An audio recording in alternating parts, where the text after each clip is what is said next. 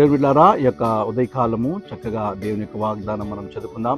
ఈ దినం దేవుని వాగ్దానం అనేటువంటి మరి చక్కని వాగ్దాన కార్యక్రమానికి చూసినటువంటి ప్రతి ఒక్కరికి వందనాలు. చదువుకుందాం దేవుని వాక్యం నుంచి.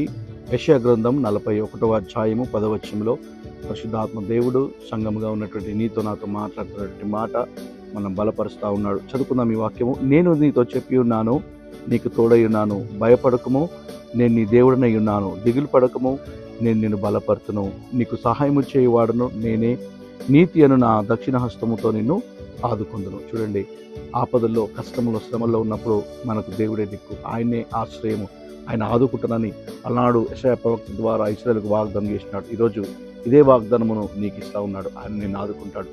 ధైర్యంగా ఉండు, భయపడక ఆయనను స్తుతించు, ప్రార్థన చేయి. అద్భుత రీతిగా దేవుని కార్యం మనం చూడబోతా ఉన్నాం. ఈ వాగ్దానమును దేవుడు మనందరి పట్ల నెరవేర్చును గాక. God bless you.